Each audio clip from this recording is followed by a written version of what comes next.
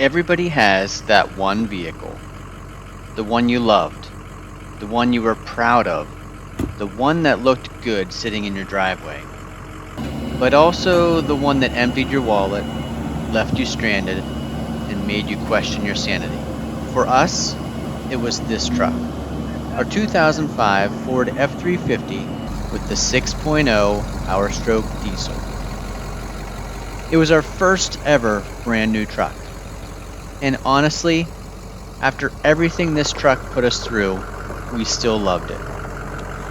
We bought this truck brand new in 2005. At the time, this thing felt like the ultimate truck.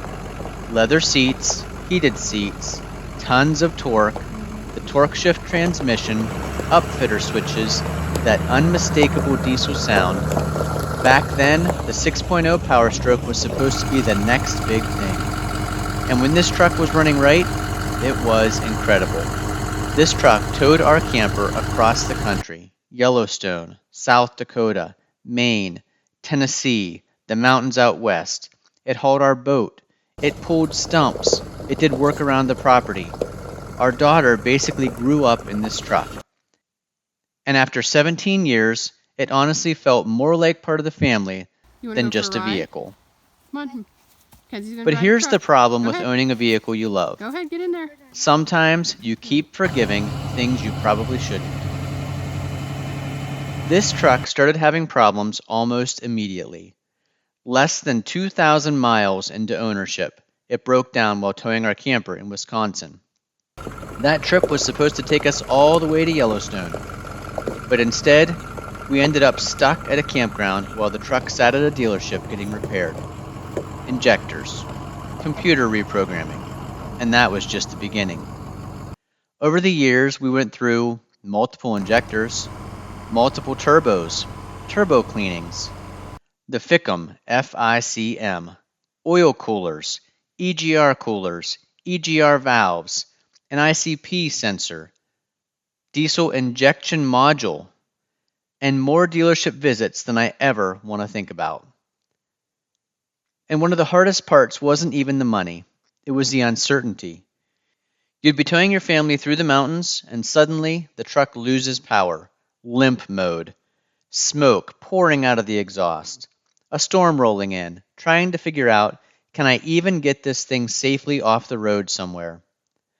What made it even more frustrating was that when the truck was running good, it was really good. The towing power was great.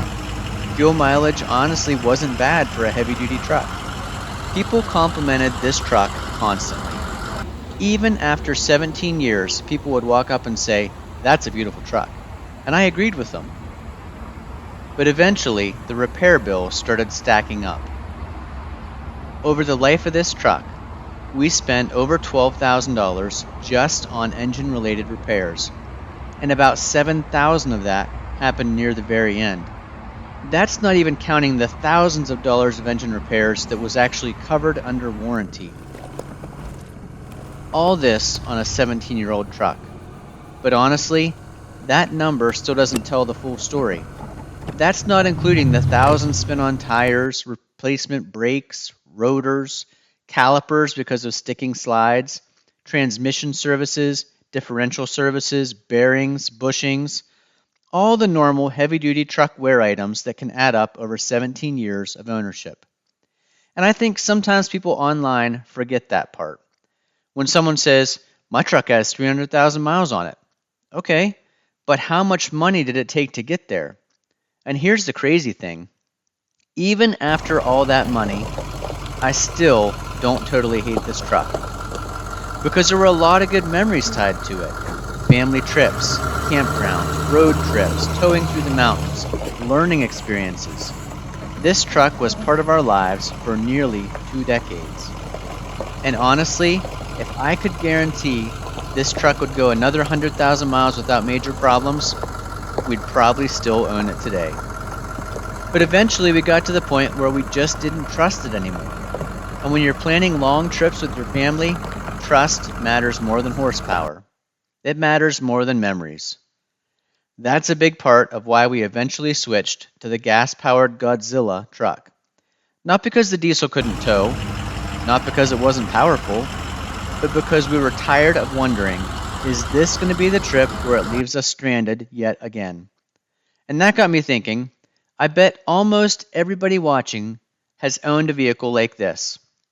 Maybe it wasn't a 6.0 diesel, maybe it was a Chevy, a Dodge, a Jeep, a BMW, a Nissan, a Toyota. Everybody seems to have that vehicle, the one you loved and hated at the exact same time. So now I want to know, what's the most problematic vehicle you've ever owned? And would you ever consider buying that same model again? As you can see, we bought another Ford. We bought another F-350. And the question is, do we make the right decision? If you haven't already, this is a great point to click that thumbs up button if you're enjoying this video. Leave that comment down below. What's the most problematic vehicle you've ever owned? And maybe you still loved it anyway. And then what are your thoughts on this 2020 F-350 with the 7.3 Godzilla? Unbelievably, we've had this since 2022, so already 4 years, and this thing is already 6 years old. We're hoping to keep this one for 20 years. So far, so good with our Godzilla. We've heard lots of people saying that this 7.3 is going to have problems. But we're doing all the right things. We're changing the oil frequently, and we're using a really good, high-quality synthetic oil. We use the AMSOIL. We use the AMSOIL filters.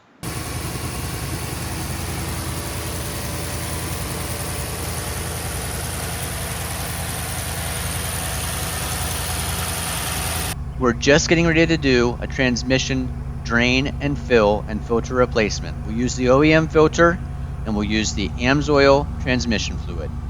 We want this truck to last for the long haul. We had that last F-350 17 years. We'd love to have this one 20. Make sure you leave those comments down below. What was the most problematic vehicle you've ever owned, and what were some of the things you had to do to it? And even though it was a pain, did you still love it? Thanks for watching. If you found this video informative and entertaining, please leave a comment down below, click that thumbs up button, consider subscribing, and hopefully we'll see you again the next time.